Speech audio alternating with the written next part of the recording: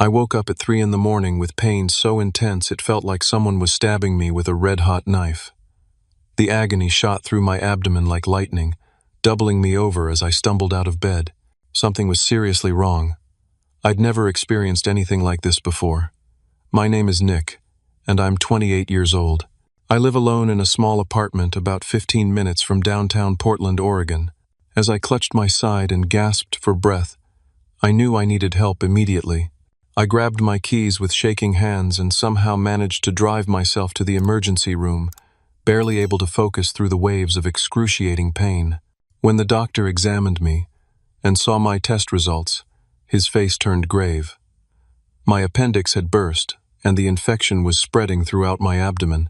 I needed emergency surgery right now, or I might not survive the night. Growing up in the Martinez family meant understanding your place in the hierarchy. My parents, David and Linda Martinez, had always treated me as the responsible one, the dependable son who never needed help or attention. I was the oldest at 28, followed by my sister Emma, who was 25 and had been the golden child since birth.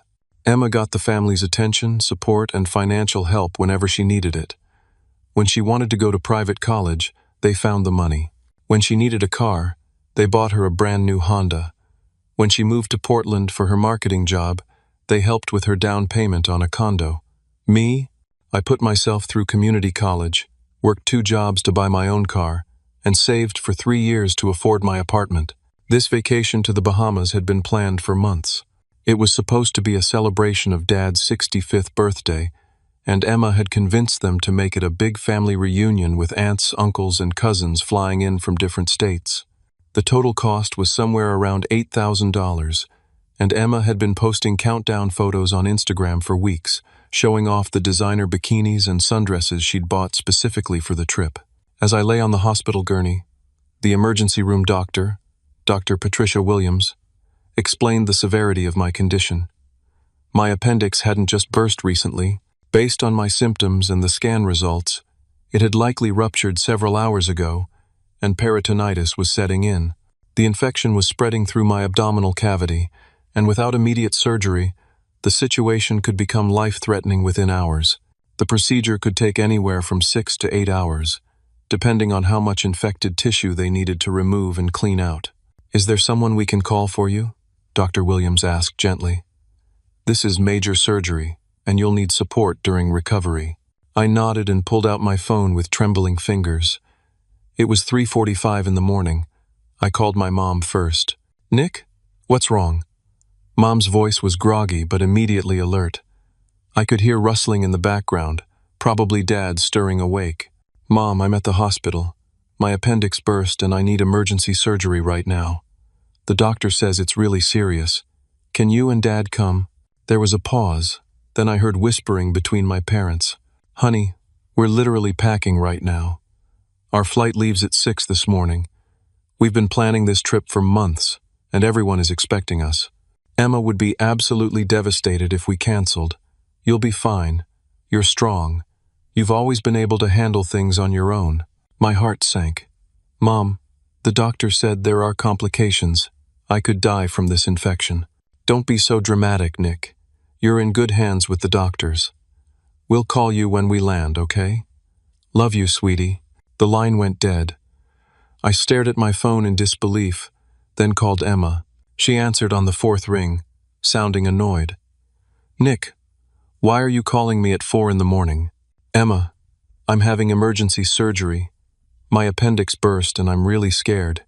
Can you come to the hospital?" I heard her laughing in the background, probably at something on her phone. "Nick, seriously? You always make everything about you. This is Dad's special birthday trip. We've been planning this for forever, and I've spent like $2,000 on clothes and excursions. Stop being so selfish and dramatic." "I'm not being dramatic. The doctor says I could die from the infection." "You're not going to die from appendix surgery. People get that done every day. Look, I'm posting my final packing stories right now, and then I need to sleep for like an hour before we leave. Don't ruin this trip for everyone with your anxiety." She hung up. My hands were shaking as I called my dad's cell phone. "Son, your mother told me what's happening. I'm sure you'll be fine. We've spent $8,000 on this trip, and frankly, we can't afford to lose that money. You're in good hands with the doctors. Call us if you need anything after the surgery. Click.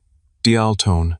I sat there on the gurney, staring at the consent forms the nurse had given me. They listed all the potential complications: bleeding, infection, damage to surrounding organs, allergic reactions to anesthesia, and in rare cases, death. I was supposed to list emergency contacts, but apparently mine were too busy boarding a plane to care whether I lived or died. Nurse Jenny Rodriguez, a kind woman in her 50s with graying hair and warm brown eyes, noticed I was alone and pulled up a chair beside my bed. "No family coming?" she asked gently. I shook my head, unable to trust my voice. She patted my hand. "I've been doing this for 25 years, honey. You're going to be just fine. Dr. Williams is one of the best surgeons we have, and I'll be here when you wake up." As they wheeled me toward the operating room, I made the mistake of checking my phone one more time. Emma had just posted a Snapchat story showing her suitcases packed by the door with the caption, "Bahamas, here we come. No drama can stop this family vacation." The timestamp showed she'd posted it just 2 minutes ago, right after hanging up on me. The anesthesia mask came down over my face, and my last conscious thought was wondering if I'd ever wake up to see my family again, or if they'd even care if I didn't. I woke up feeling like I'd been hit by a truck. My throat was raw from the breathing tube, my abdomen felt like it was on fire, and I was connected to more machines than I'd ever seen in one place. The ICU was dimly lit, and it took me several minutes to remember where I was and what had happened. A different nurse, Marcus Thompson, was checking my vitals. "Welcome back to the land of the living," he said with a smile. "You gave us quite a scare in there. How long was I out?" My voice came out as barely a whisper. "Surgery took 9 hours. You've been sleeping for another 6. It's Wednesday afternoon now. Wednesday afternoon." That meant my family had been in the Bahamas for over 24 hours. Dr. Williams appeared at my bedside, looking tired but relieved. "Nick, you're incredibly lucky to be alive. Your appendix had actually ruptured much earlier than we initially thought, probably around midnight or even earlier. The infection had spread significantly through your abdominal cavity. We had to remove a considerable amount of infected tissue and flush out the entire area. You crashed twice during surgery, but you fought your way back both times." The next few days were a blur of pain, medications, and slow recovery. I couldn't keep food down for 3 days straight. The IV antibiotics made me nauseous and gave me vivid hallucinations. I'd see Emma standing in the corner of my room, then blink, and she'd be gone. Sometimes I thought I heard my parents talking to the nurses, but it was always just the sound of other families visiting their loved ones. Nurse Jenny became my anchor during those dark days. She worked the day shift and would always find reasons to check on me, even when I wasn't technically her patient. She brought extra blankets when I couldn't stop shivering from the medication, and she stayed past her shift on Thursday evening when I had a panic attack about being alone. "I've never had surgery before," I confided to her on Friday morning. "I keep thinking about what could have gone wrong. What if I had died and nobody even knew for days?" "But you didn't die," Jenny said firmly. "You're here, you're healing, and you're stronger than you know." The hardest part wasn't the physical pain. It was lying in that hospital bed, watching Emma's Instagram stories on my phone like some kind of masochist. Every few hours, she'd post new photos and videos, the family laughing on white sand beaches, expensive dinners at resort restaurants overlooking turquoise water, Dad's birthday celebration with a custom cake shaped like a fishing boat, Emma modeling her new bikinis with captions like, "Living my best life and grateful for family time." On Thursday, she posted a photo of the whole family raising tropical drinks in a toast with the caption, "Family first. Nothing better than being surrounded by people who love you." I stared at that post for 20 minutes, feeling something break inside my chest that had nothing to do with surgery. I tried calling several times throughout the week, but every call went straight to voicemail. Either their phones were off, or they were actively declining my calls. I left messages the first few days, but eventually stopped trying. Dr. Williams explained that I'd need at least 2 more weeks in the hospital for IV antibiotics and monitoring, followed by 6 to 8 weeks of limited activity at home. The infection had been so severe that my recovery would be longer than typical appendix patients. On Sunday morning, exactly 1 week after my surgery, a woman in a blazer appeared at my bedside with a clipboard and a concerned expression. "Mr. Martinez? I'm Susan Chen, the hospital social worker. I need to ask you some questions about your support system. Is everything okay?" "Well, that's what I'm trying to determine. According to your medical records, you listed 3 emergency contacts: your parents, David and Linda Martinez, and your sister, Emma Martinez. Our staff has attempted to call these numbers multiple times over the past week to provide updates about your condition and discuss your care plan. We've left over a dozen voicemails with no response." My stomach dropped. "They're on vacation. I understand that. But this was a life-threatening medical emergency. You nearly died twice during surgery. Hospital protocol requires us to document cases where patients face serious medical crises without any family support, especially when we have evidence that family members were contacted and chose not to respond." Susan made notes on her clipboard as she spoke. "We're required to file a report with social services about family abandonment in medical emergencies. This is particularly concerning because you're still quite ill, and you'll need significant support during your recovery period." After Susan left, I lay there staring at the ceiling, processing what had just happened. It wasn't just that my family had missed my surgery for a vacation. They'd been actively ignoring calls from the hospital about my condition. They'd chosen to let their phones go to voicemail rather than find out whether I was alive or dead. For the first time since the surgery, I cried. Not from physical pain, but from the crushing realization that I truly was alone in the world. By my 2nd week in the hospital, Nurse Jenny had become more than just my caregiver. She'd become my friend, my surrogate family member, the person who made sure I wasn't completely alone during the most frightening experience of my life. She brought me books from the hospital library, helped me video call with my boss to arrange extended medical leave, and even brought homemade soup from her own kitchen when I finally started eating solid foods again. On a quiet Tuesday morning, Jenny sat down in the chair beside my bed with a thoughtful expression. "Nick, I hope you don't mind me asking, but would you be comfortable if I shared your story?" "What do you mean?" "Well, our hospital has a Facebook page where we sometimes post patient recovery stories. It helps inspire the community and shows people the amazing things that happen here every day. Your recovery really has been miraculous, and your positive attitude, despite everything you've been through, has inspired our entire staff. I was thinking maybe people should hear about it. I considered this. Part of me wanted to stay private, to keep my family's abandonment hidden out of shame.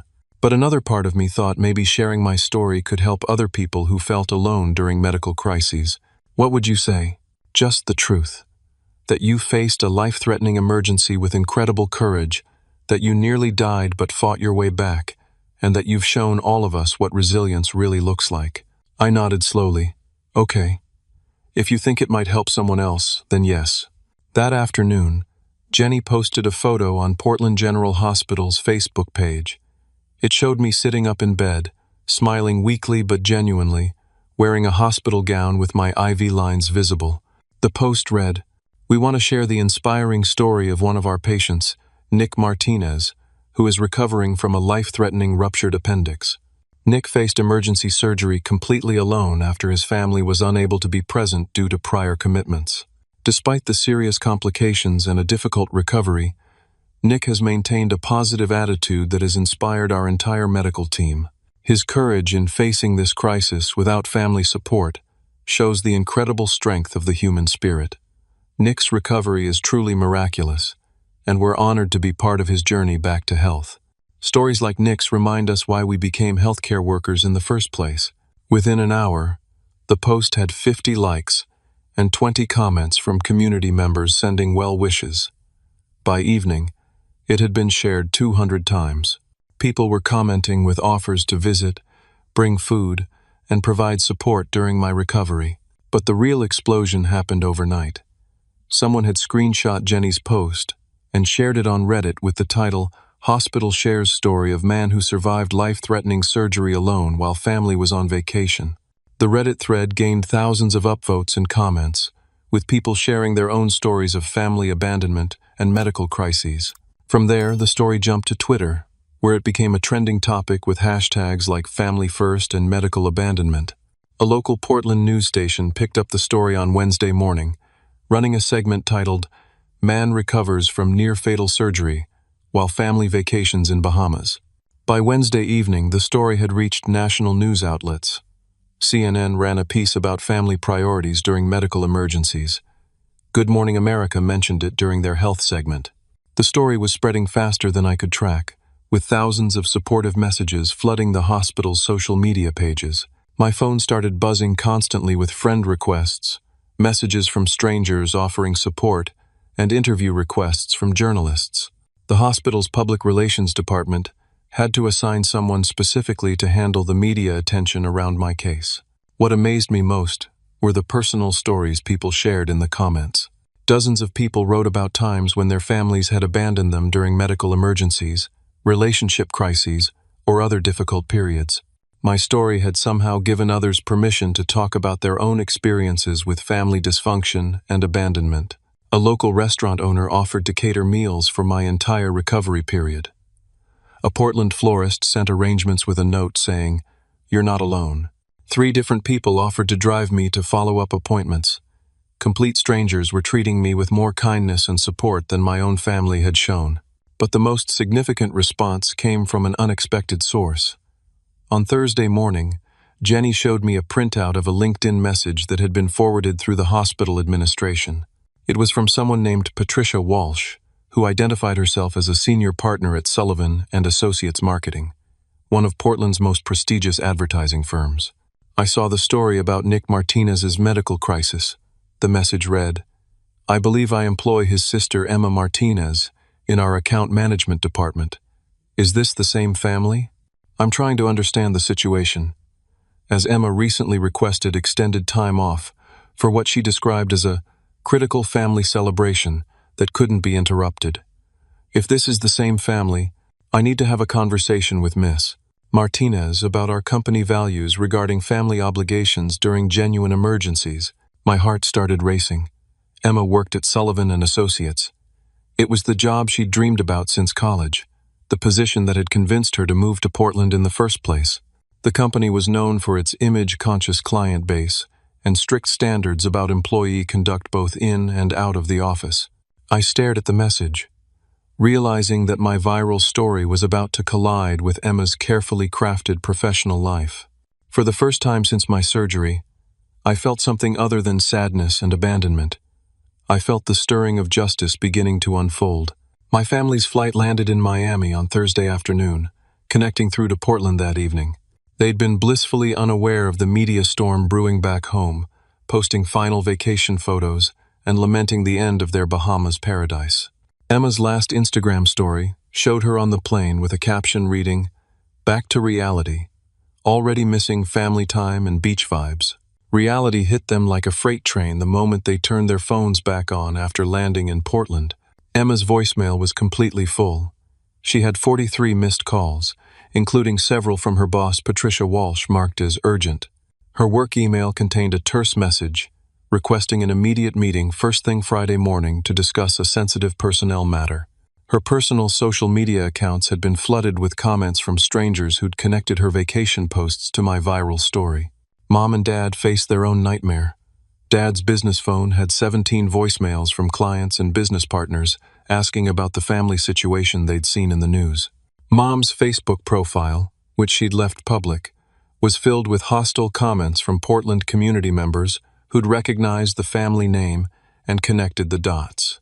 Their neighborhood WhatsApp group, normally full of casual chatter about lost cats and trash pickup schedules, had exploded with discussions about my story.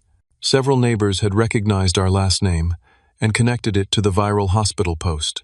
The worst part was that Emma's own social media activity had created a perfect timeline of evidence. Her vacation posts, time-stamped and geotagged, showed the exact progression of family fun that had occurred while I fought for my life in intensive care. By Thursday night, they'd finally figured out that the viral story was about me. That's when my phone rang for the first time in 2 weeks. "Nick?" It was Mom's voice, but she sounded shaken and uncertain. "We just landed and saw the news. What's going on?" "What's going on is that I nearly died from a ruptured appendix, spent 2 weeks in the hospital alone, and someone shared my story online. We had no idea it was this serious. Why didn't you tell us how bad it was?" I sat up straighter in my hospital bed, feeling anger surge through me for the first time since the ordeal began. "I called you from the emergency room. I told you I might die. You said not to be dramatic and hung up on me." There was silence on the other end. Then I heard whispering between my parents. "Well, we're home now." Dad's voice came on the line. "How do we fix this mess? This is making our whole family look bad." "Fix what mess?" "This story has gotten completely out of control. People are saying terrible things about us online. Your mother can't even go to book club anymore because everyone's talking about it." Before I could respond, I heard Emma's voice in the background, and then she grabbed the phone. "Nick, what the hell is wrong with you?" Emma's voice was shaking with rage. "Do you have any idea what you've done to my career? My boss is demanding a meeting tomorrow morning, and half of Portland thinks I'm some kind of monster. You need to call that hospital right now and tell them to take down that post." "I didn't post anything, Emma. The hospital shared my recovery story because the nurses were inspired by how I handled facing death alone." "You could have died? Don't be so dramatic. It was just appendix surgery." I crashed twice on the operating table. I was in intensive care for a week. The doctors said if I'd waited even a few more hours, the infection would have killed me. There was a long pause. When Emma spoke again, her voice was different, smaller. "We didn't know it was that serious, because you didn't answer your phones. The hospital tried to call you dozens of times to update you on my condition. You ignored every single call. We were on vacation. Our phones were on airplane mode most of the time. Your Instagram posts show you had internet access every single day. You were posting stories constantly." Another silence. Then Emma's voice returned, cold and calculating. "Look, what's done is done. But you need to do damage control now. Give an interview saying there was a misunderstanding, that we're a close family who supports each other. Say the hospital post was misleading." "Absolutely not. Nick, this could ruin my entire career. Sullivan & Associates is the kind of company that cares about image and family values. If they think I abandoned my brother during a medical emergency, they'll fire me. Maybe they should. How can you be so selfish? This is my dream job, and this was my life." Which apparently mattered less to you than Dad's birthday party. That's when I heard a new voice in the background. Uncle Robert, Dad's estranged brother, was apparently at their house. "Let me talk to him," I heard Uncle Robert say, and then his familiar voice came on the line. "Nick, this is Uncle Robert. I flew in from Seattle when I saw the story online. Are you okay?" Uncle Robert. I hadn't talked to him in 3 years, not since the big family blow-up that had caused him and Dad to stop speaking. But he was here now, asking if I was okay, which was more than my immediate family had done. "Uncle Robert, you came here?" "Of course I came. You're my nephew, and you almost died. I'm at your parents' house right now picking up some of your clothes and personal items. I'll be at the hospital in an hour." For the first time in 2 weeks, I felt like someone actually cared whether I lived or died. But the conversation in the background was getting heated. I could hear Dad yelling at Uncle Robert about stirring up more drama, and Emma demanding that someone fix this disaster. The call ended abruptly, but an hour later, Uncle Robert walked into my hospital room carrying a duffel bag and the biggest flower arrangement I'd ever seen. "Hey, kiddo," he said, and I started crying before he even reached my bedside. Friday morning arrived like a reckoning. Emma dressed carefully for work, choosing her most professional blazer and practicing her explanation in the bathroom mirror. She'd spent the entire night crafting a story about family miscommunication and media exaggeration, hoping she could salvage her career with Sullivan & Associates. The marketing firm occupied 3 floors of a glass tower in downtown Portland, known for representing high-profile clients who valued image and reputation management above all else. Emma had worked there for 2 years, climbing from junior associate to account coordinator, with dreams of making senior account manager by her 30th birthday. Patricia Walsh's office was on the top floor, overlooking the Columbia River. Patricia was in her 50s, impeccably dressed, and known throughout Portland's business community as someone who didn't tolerate any behavior that could reflect poorly on her company's reputation. Emma knocked on the office door at exactly 8 a.m. "Come in, Emma. Please sit down." Patricia's desk was clean except for a laptop, a coffee cup, and a manila folder that made Emma's stomach clench with dread. "I think you know why we're meeting this morning. Mrs. Walsh, I can explain everything. There's been a huge misunderstanding, and the media has completely blown this story out of proportion." Patricia opened the folder, revealing printed screenshots of Emma's Instagram and Snapchat posts from the previous week. Every vacation photo, every beach selfie, every family dinner picture was there, along with timestamps and captions. "Emma, our company's core values include family first and compassion in crisis.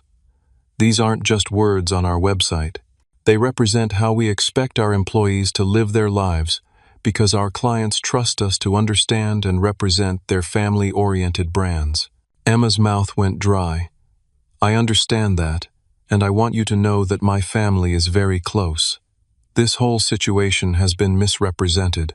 Patricia turned her laptop screen toward Emma. It showed a news article titled, "Marketing Executive Celebrated on Beach While Brother Nearly Died Alone." 3 of our major clients called me yesterday afternoon: the Henderson Family Foundation, Pacific Northwest Children's Charity, and Cascade Bank. All 3 organizations specifically mentioned this story and expressed concerns about whether Sullivan and Associates employs people who share their values about family and community support. Emma felt the room spinning. Those were her 3 biggest accounts, representing over $2 million in annual billings. "Mrs. Walsh, my brother didn't tell us how serious his condition was. We thought it was routine surgery. If we'd known he might die, we never would have stayed on vacation." Patricia pulled out another document. This is a copy of the hospital's call log, which was included in the news report this morning. It shows 17 attempted calls to your family's emergency contact numbers over a 6-day period. The calls were specifically about complications, life-threatening infections, and critical condition updates. Our phones were on airplane mode. According to your social media posts, you had internet access throughout your vacation.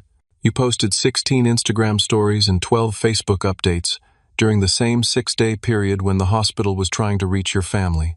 Emma stared at the evidence laid out in front of her, realizing that every vacation post she'd shared had become a piece of evidence against her. "Emma, I'm going to be direct with you. Your promotion to senior account manager, which was supposed to be announced next week, is no longer happening. You're being reassigned to junior-level projects, effective immediately. You'll also be placed on performance probation for 6 months. Mrs. Walsh, please. This job means everything to me, and your brother's life should have meant everything to your family. I'm sorry, Emma, but this decision is final." Meanwhile, across town, Dad's construction business was facing its own crisis. Martinez Construction had built its reputation on being a family-owned company that treated clients like extended family. Dad's business partner, Tom Sullivan, had fielded calls all morning from current and potential clients who'd seen the story. Cedar Hills Country Club, where Dad had been bidding on a major renovation project, called to withdraw their contract consideration. "We can't work with a company whose values don't align with ours," the club manager explained. "Family loyalty is fundamental to everything we do here." 2 other clients, representing nearly $300,000 in upcoming projects, called with similar concerns. The story wasn't just about a family conflict. It was about character, values, and the kind of people they wanted to do business with. Dad spent the morning on damage control calls, but the family's public behavior had created an irreparable reputation problem in Portland's close-knit business community. Back at the hospital, Uncle Robert had spent the night in the reclining chair beside my bed. We'd talked until 3 in the morning, catching up on 3 years of estrangement and filling in the gaps that family dysfunction had created. "This isn't the first time they've done something like this," Uncle Robert told me. "Your dad and I stopped talking because they pulled the same stunt when my wife Helen was dying of cancer. Her funeral was the same weekend as Emma's college graduation, and your parents decided that Emma's graduation was more important than saying goodbye to Helen. I stared at him in shock. I never knew that. Your parents have a pattern of prioritizing image and celebrations over genuine family crises. I tried to maintain a relationship with you kids, but your dad made it clear I wasn't welcome anymore. As we talked, I realized that my viral story had exposed something much bigger than one abandoned surgery. It had revealed a family system built on conditional love, where support was only available when it was convenient and didn't interfere with more enjoyable plans. My phone buzzed with a news alert. The story had been picked up by a national morning show, and they were running a segment about family obligations during medical emergencies. My hospital room phone started ringing with interview requests from major media outlets. "What do you want to do with all this attention?" Uncle Robert asked. I thought carefully before answering. For the first time in my life, I had a platform, a voice, and the power to speak truth about family dysfunction and emotional abandonment. The question was whether I'd use it for revenge or for something more meaningful. Over the next week, while still recovering in the hospital, I made a decision that surprised everyone, including myself. Instead of using my platform for revenge against my family, I chose to use it for something constructive. I accepted an invitation to appear on Portland Morning Live, the city's most popular local television show. The interview was scheduled for the following Friday, exactly 3 weeks after my surgery. Uncle Robert helped me prepare, not by coaching me on what to say about my family, but by helping me think about what message I wanted to share with the community that had supported me so generously. When I walked onto the set, still moving slowly from surgery but dressed in the new clothes Uncle Robert had bought me, I felt nervous but determined. The host, Sarah Chen, was known for her warm but direct interviewing style. "Nick, thank you for joining us. First, how are you feeling?" "Physically, I'm healing well thanks to the incredible medical team at Portland General. Emotionally, I've learned more about resilience and community support in the past 3 weeks than I learned in the previous 28 years of my life. Your story has really touched people. Can you tell us what this experience has taught you?" "I've learned that family isn't just about blood relations. It's about who shows up when you need them most. The nurses who stayed late to comfort me, the strangers who sent flowers and offered meals, the community members who reached out with support. That's what real family looks like. What would you say to your biological family if they were watching right now?" This was the moment everyone was waiting for. The opportunity for me to express anger, demand apologies, or publicly shame them. Instead, I took a deep breath and chose a different path. I'd say that I hope they can celebrate together for many years to come. I'm grateful that they were able to have that time as a family, even though the timing was difficult for me. I've learned that holding on to anger only hurts the person carrying it. Sarah looked surprised by my response. "You're not angry about what happened?" I was angry at first, but I've realized that anger was just covering up the deeper hurt of feeling unloved and unimportant. Now I'm focused on building relationships with people who genuinely care about my well-being. What's next for you? I'm working with Portland General Hospital to develop a support program for patients who don't have family support during medical crises. We want to create a network of volunteers who can provide companionship, practical help, and emotional support for people facing health emergencies alone. The response to the interview was immediate and overwhelming. By that evening, over 200 people had contacted the hospital volunteering for the patient support program. Local businesses offered funding, and a major healthcare foundation expressed interest in making it a model for hospitals across the Pacific Northwest. My mature response to the situation had actually made me more sympathetic to the public, not less. People respected that I'd chosen grace over revenge, healing over hatred. But the interview also had an unintended consequence for my family. By explicitly forgiving them and wishing them well, I'd made their continued silence and lack of genuine apology look even worse by comparison. The contrast between my public grace and their private dysfunction became a topic of discussion in local news commentary and social media. Emma made a desperate attempt to rehabilitate her image by volunteering for my new patient support program, posting about it prominently on social media with captions about family healing and giving back to the community. When the program coordinator called to discuss Emma's application, I had to make a difficult decision. I appreciate her interest in volunteering, I told the coordinator, but this program is specifically designed to help people who understand what it means to face medical crises without family support. I think Emma would be better served by finding volunteer opportunities that match her different life experiences. It was a polite but firm no.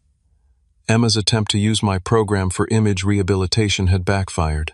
Meanwhile, Uncle Robert had made me an offer that would change everything. "Nick, I want you to consider moving to Seattle," he said one evening as we walked slowly around the hospital corridors during my physical therapy time. "I run a successful tech consulting company, and I could use someone with your integrity and work ethic. Plus, it might be good for you to get a fresh start somewhere new." "What kind of work?" "We help small businesses develop their digital marketing strategies. It's growing fast, and I need someone I can trust to help manage client relationships and expand into new markets." The offer was tempting for many reasons. Seattle would give me distance from the family drama, a chance to build a career with someone who actually valued me, and the opportunity to start over in a city where I wasn't known as the guy whose family abandoned him during surgery. "I'd love that," I told him. "But I want to get this patient support program established first.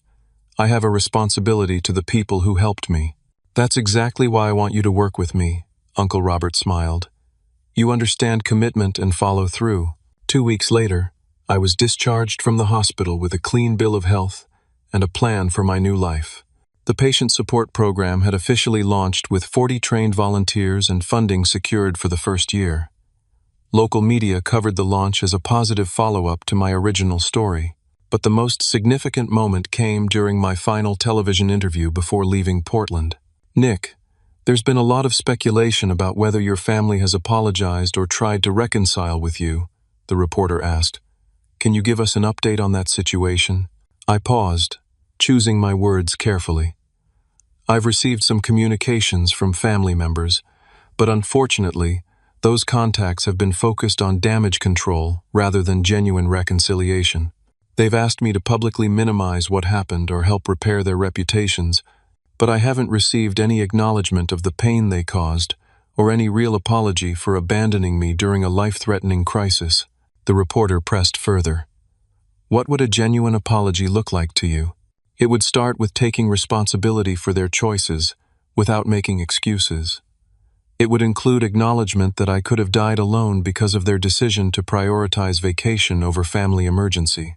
And it would involve changed behavior, not just words." That interview clip went viral again, shared by thousands of people who'd experienced similar family dysfunction and abandonment.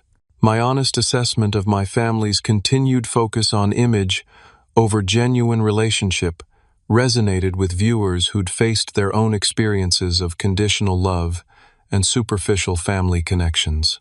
3 days later, I loaded my belongings into Uncle Robert's truck and drove north toward Seattle and my new life. 6 months later, my life had transformed in ways I never could have imagined during those dark days in the hospital. Seattle had become home, and working with Uncle Robert's company, Pacific Northwest Digital Solutions, had given me both career satisfaction and financial stability I'd never experienced before. Uncle Robert had been more than an employer. He'd become the father figure I'd needed my entire life. He taught me about business strategy, client relations, and leadership, but more importantly, he showed me what healthy family relationships actually looked like. We had dinner together twice a week. He remembered important dates, and when I caught the flu in November, he brought me soup and checked on me daily until I recovered. My patient support program at Portland General had exceeded every expectation. In 6 months, trained volunteers had helped over 200 patients navigate medical crises without family support. The program had been featured in Healthcare Today magazine as an innovative model for patient care, and 3 other hospitals in Washington and Oregon had implemented similar programs. I'd also met someone special. Sarah Martinez, ironically sharing my last name despite no family relation, was a nurse who'd relocated from Portland to Seattle for a position at Swedish Medical Center. We'd connected at a healthcare conference where I'd been invited to speak about patient advocacy and support systems. Sarah understood my experience in ways most people couldn't. She'd grown up in a similar family dynamic, where love and support were conditional on meeting certain expectations and maintaining family image. Our relationship was built on genuine care, shared values, and the understanding that real love shows up during difficult times, not just convenient ones. On a rainy Tuesday in March, exactly 8 months after my surgery, I received an unexpected call from my sister Emma. "Nick? It's Emma. I know you probably don't want to hear from me, but I wanted you to know that I've been going to therapy." I was surprised by the humility in her voice. "How are you doing?" "Honestly, not great. I lost my job at Sullivan & Associates after another incident where I prioritized my image over helping a colleague during a family crisis. I've had trouble finding new employment because my reputation in Portland marketing circles is pretty much destroyed. But the therapy has helped me understand some things about myself and our family that I never saw before." She paused, and I could hear her crying softly. "Nick, I want to give you a real apology. Not because I want something from you or because I'm trying to fix my reputation, but because I finally understand how wrong I was and how much pain I caused you. I'm listening. When you called us from the hospital, I knew you were scared, and I knew you needed us. But I chose to convince myself that you were being dramatic because it was easier than dealing with the inconvenience of changing our vacation plans. I prioritized Dad's birthday party and my Instagram content over my brother's life, and that choice nearly cost me the most important relationship I have." She took a shaky breath before continuing. "I've realized that I learned from Mom and Dad to treat love as conditional, to only show up for people when it doesn't cost me anything. I became the kind of person who abandons family during emergencies, and I'm horrified by what that says about my character." "Emma, please let me finish. You almost died, and instead of rushing to be with you, I posted beach photos and complained about you being dramatic. When the story went viral, my first thought wasn't concern for your well-being or shame about my behavior. It was anger that your medical crisis was inconveniencing my career. I've seen the therapy as helping you gain perspective. I want you to know that I don't expect forgiveness, and I'm not asking you to let me back into your life. I just needed you to know that I finally understand the magnitude of what I did, and I'm truly deeply sorry." It was the apology I'd needed to hear, not for reconciliation, but for closure. "Thank you for saying that, Emma. I can hear that you've done real work to understand what happened. Are you happy in Seattle?" "I am. I've built a life with people who show up for each other during hard times, not just good times." We talked for another 20 minutes. Emma told me that Mom and Dad were also struggling with the long-term consequences of their choices. Dad's business had downsized significantly, and their social standing in Portland had never recovered. But more importantly, they were finally beginning to understand that they'd lost their son not because of a viral story, but because of decades of conditional love and emotional abandonment. "They want to apologize too," Emma said, "but they're afraid you won't take their call." "I'm not ready for that conversation yet," I said honestly. "Maybe someday, but not now." A month later, Uncle Robert and I were reviewing applications for expanding our business when my phone rang. It was Portland General Hospital. "Nick, this is Dr. Williams. I have some news that I thought you'd want to hear personally. Your sister Emma has been admitted here after a serious car accident. She's stable, but she's asking for you." My heart stopped. "Is she okay?" "She has multiple fractures and will need surgery, but she's going to recover. The thing is, Nick, she's completely alone. According to the emergency contact information, her parents are attending a business conference in Chicago and have indicated they can't leave early due to prior commitments." The irony was staggering. Emma was now in the exact position I'd been in 8 months earlier, facing surgery alone while family prioritized other commitments. "I'll be there," I said without hesitation. "Nick, you don't have to do this," Uncle Robert said after I explained the situation. "Yes, I do. Not because I owe her anything, but because I've become the kind of person who shows up during emergencies. That's who I choose to be." Sarah offered to come with me for support, and the three of us drove to Portland that evening. When I walked into Emma's hospital room, she looked shocked to see me. "Nick, you came?" "Of course I came, but after everything I did to you." "Emma, what you did was wrong, and it caused real damage to our relationship. But you're my sister, and you're hurt and alone. I'm not going to abandon you the way you abandoned me." She started crying. "I don't deserve this. This isn't about what you deserve. It's about what kind of person I choose to be."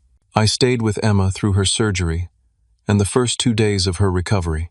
We talked honestly about our family, about the patterns of dysfunction we'd both learned, and about the possibility of building a healthier relationship based on genuine care rather than obligation or convenience. On the day I returned to Seattle, Emma gave me a letter she'd written during her recovery. "I want you to have this," she said. "It's not an attempt to earn forgiveness or fix our relationship. It's just my commitment to become the kind of person who deserves to have a brother like you."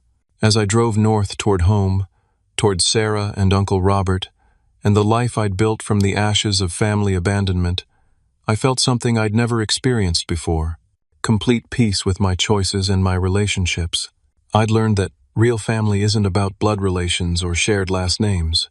It's about people who choose to love you consistently, who show up during emergencies, and who celebrate your successes without jealousy or competition.